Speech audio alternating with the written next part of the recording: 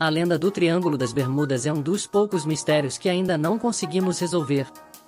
Vamos voltar cerca de 600 anos. A história começa com um homem italiano que desejava navegar pelo oceano para chegar à Ásia, um continente rico em especiarias, seda, minerais, esse tipo de coisa. Chegar lá por terra levaria um tempo absurdamente longo, então ele pensou em por que não construir navios resistentes, reunir alguns marinheiros e partir em direção à Ásia. O que poderia dar errado? Esse homem era Cristóvão Colombo, em 1492. Com um pouco de ajuda da família real da Espanha, ele embarcou em sua jornada. Tudo estava indo bem, apesar de estar seguindo completamente na direção errada. Mas, quando chegou ao final de sua viagem, ele notou algo muito estranho.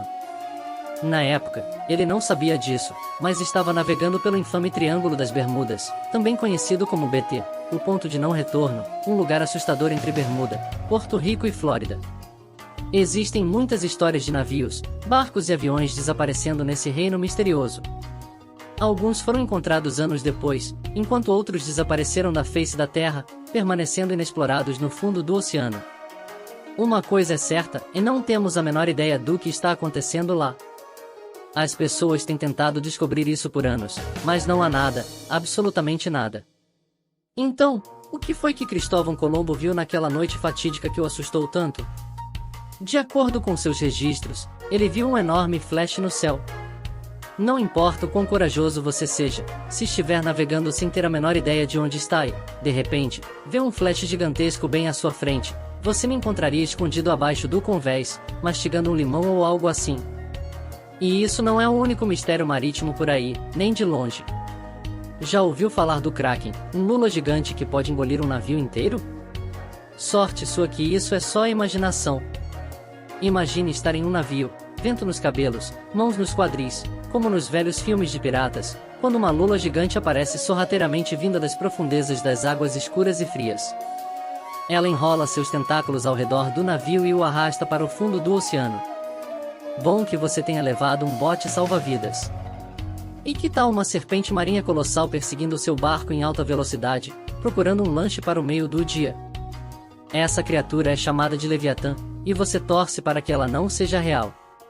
Ou sereias mais lindas criaturas do mar que gostam de ficar em rochas e cantar karaokê. Suas vozes mágicas atraem marinheiros, que acabam levando seus navios para cima de rochedos afiados. Agora, sereias, por outro lado, são totalmente incríveis, também gostam de karaokê, mas não são do tipo que afundam navios. Mas voltemos ao nosso amigo italiano, Colombo. Segundo ele, viu uma tempestade de raios, claro.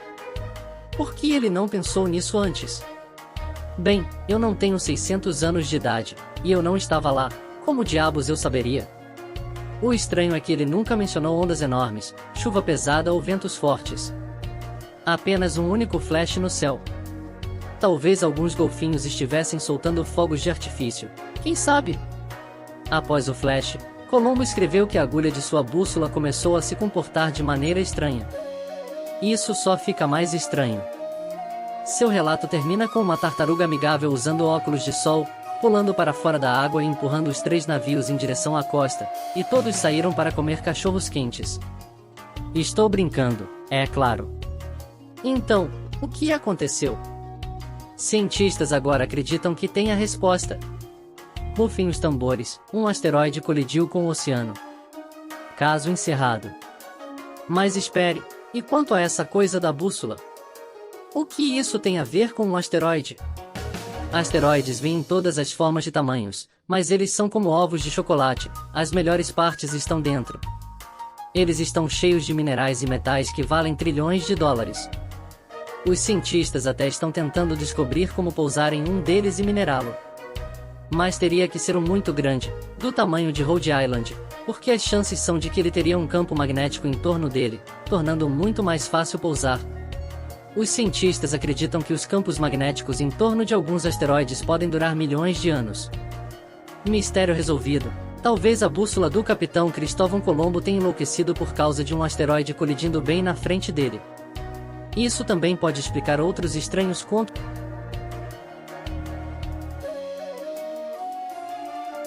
das Bermudas.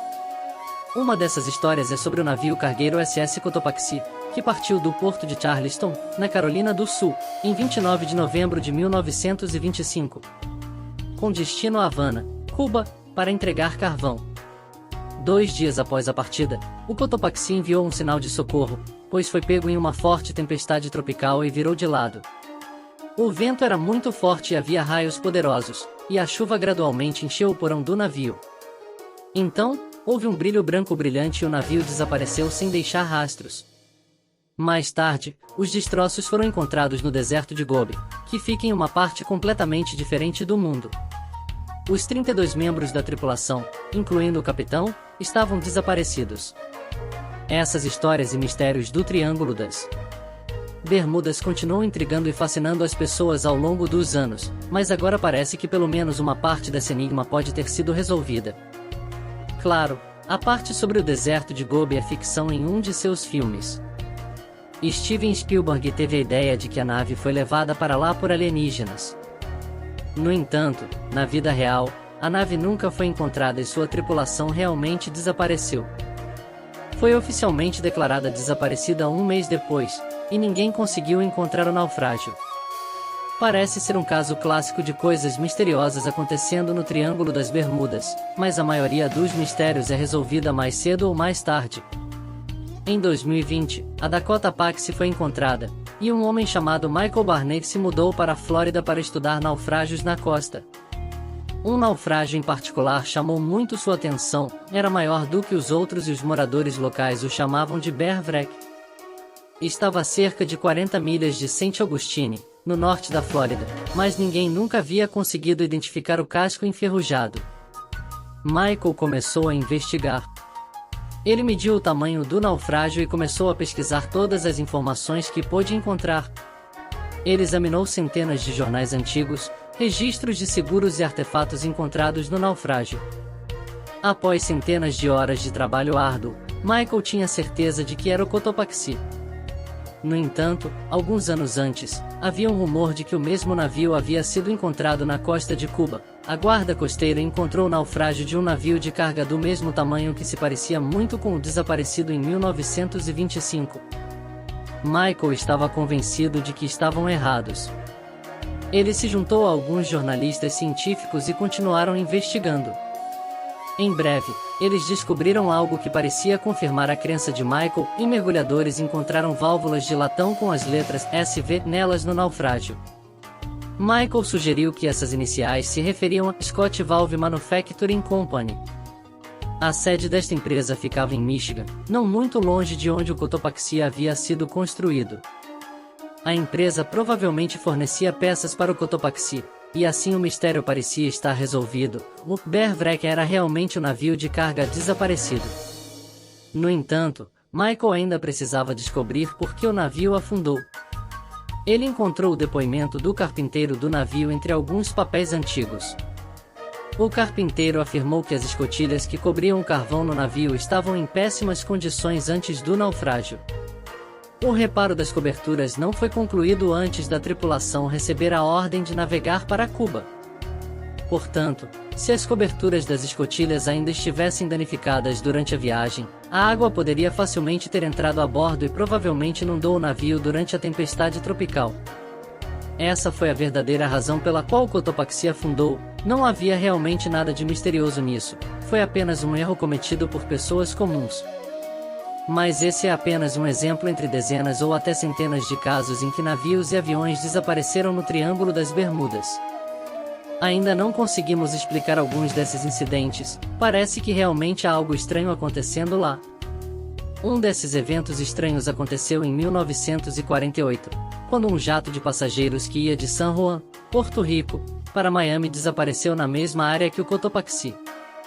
As 32 pessoas a bordo desapareceram sem deixar rastros, apesar do clima claro durante o voo. Especialistas acreditam que o avião pode ter sido atingido por um forte vento quando estava a cerca de 50 milhas da costa, o que o desviou de sua rota. Anos depois, um avião semelhante foi encontrado na área do Triângulo das Bermudas, mas como ninguém conseguiu identificar o registro, não foi possível afirmar com certeza se era o mesmo avião. Algo ainda mais estranho aconteceu pouco antes, Em 1945, quando vários aviões desapareceram simultaneamente. Alguns pilotos em treinamento estavam praticando suas habilidades de navegação, mas, ao terminarem, pareciam não conseguir encontrar o caminho de volta para casa e desapareceram. Muitas pessoas presumiram que eles simplesmente ficaram sem combustível, o que parece provável, mas as circunstâncias eram realmente estranhas. Os pilotos estavam sendo supervisionados por um piloto experiente com 2.500 horas de voo, que nunca teria permitido que um grupo de pilotos novatos se afastasse tanto de sua base. Até hoje, as pessoas ainda debatem o que pode ter acontecido. Alguns insistem que os pilotos se depararam com algo sobrenatural no Triângulo das Bermudas, mas quem sabe?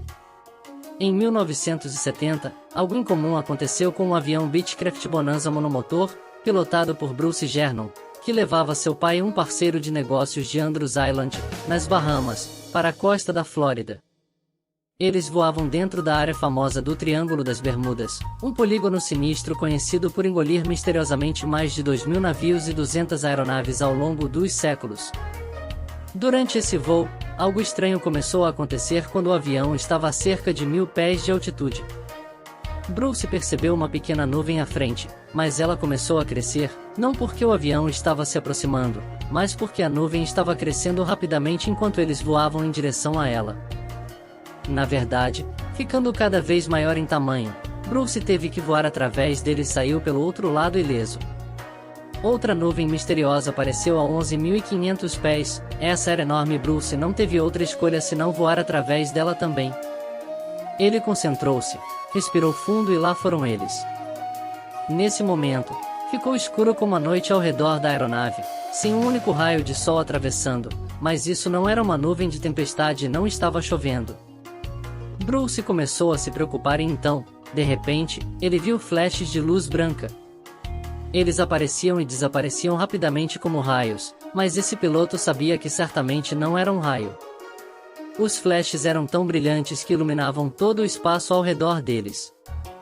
Bruce continuou voando por mais 30 minutos, quando percebeu que essa era a mesma nuvem pela qual ele havia passado antes, quando começou a subir. Mas agora a nuvem era cilíndrica e o avião estava voando pelo centro dela. Tinha cerca de 1 quilômetro de largura e parecia interminável. Bruce pensou que nunca conseguiria sair dessa armadilha, mas um minuto depois ele viu luz no fim do túnel.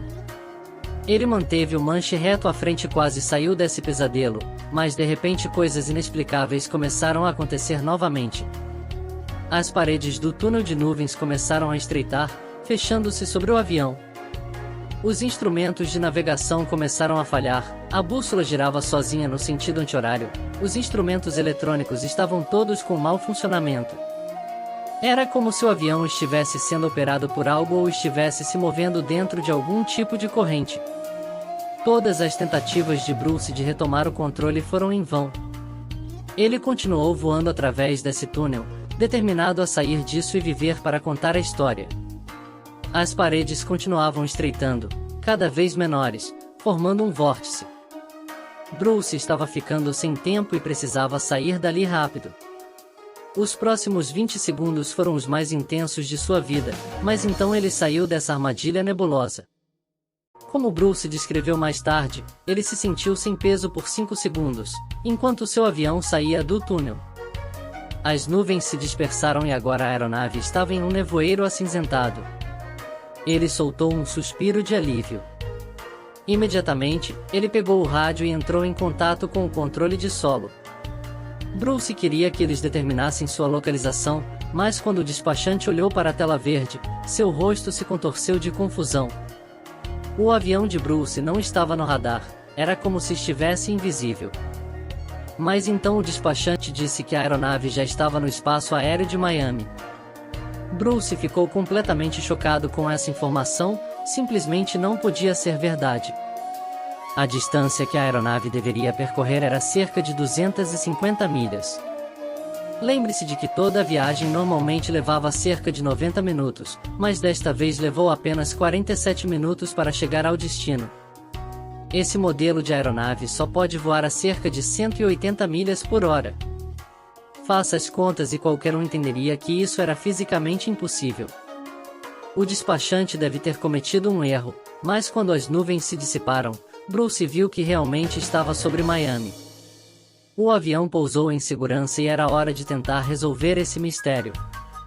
Então, o que aconteceu nesse voo? Bruce verificou o combustível restante em seu relógio e, após um breve cálculo, ficou ainda mais confuso. O avião não havia usado a quantidade de combustível que deveria ter usado. Bruce não poderia estar errado, ele era um piloto muito experiente, aos 20 anos, ele já tinha 600 horas de voo em seu currículo e estava muito familiarizado com esse espaço aéreo, tendo voado inúmeras vezes. Todas as evidências apontavam para o fato de que o avião de Bruce simplesmente saltou quase metade de toda a distância. O homem pensou sobre esse estranho acontecimento por muito tempo, consultou professores e especialistas, mas nenhum deles pôde dar uma resposta exata sobre o que aconteceu naquele dia. Então, ele formulou sua própria teoria e até escreveu um livro sobre isso. Bruce acreditava que tudo se resumia a uma névoa elétrica com flashes brancos. No entanto, outros teorizaram que a energia escura foi responsável por essa viagem temporal. Sim, a mesma energia escura responsável pela expansão do universo. Essa energia poderia ter curvado o espaço-tempo como um buraco negro, formando esse estranho túnel que Bruce acidentalmente encontrou. Mas ele teve sorte de sair de lá. Foi assim que ele chegou ao espaço aéreo de Miami tão rápido. No entanto, a energia escura é apenas uma teoria que tenta explicar o inexplicável. Até hoje, não há uma resposta real sobre como Bruce foi capaz de percorrer essa distância em tão pouco tempo. No entanto, alguns detalhes ainda podem ser explicados. Registros de arquivo mostram que 84 manchas solares foram registradas naquele dia, assim como um vento solar enorme movendo-se a quase 440 milhas por segundo. Isso poderia causar perturbações na magnetosfera da Terra, o que poderia desregular os instrumentos do avião. Portanto, a versão de Bruce de que ele estava em uma névoa eletrônica pode estar correta. Quanto a essas nuvens estranhas, elas são bastante comuns nessa área, onde zonas de baixa e alta pressão estão constantemente colidindo, resultando em nuvens de tempestade. Isso é tudo por hoje, então, se você saciou sua curiosidade, dê um like no vídeo e compartilhe com seus amigos. Ou, se quiser mais, é só clicar nesses vídeos e ficar no lado positivo. E não esqueça, se gostou desse vídeo, aperta aqui embaixo em se inscrever, ativa o sininho e deixe o seu like. Nos vemos na próxima.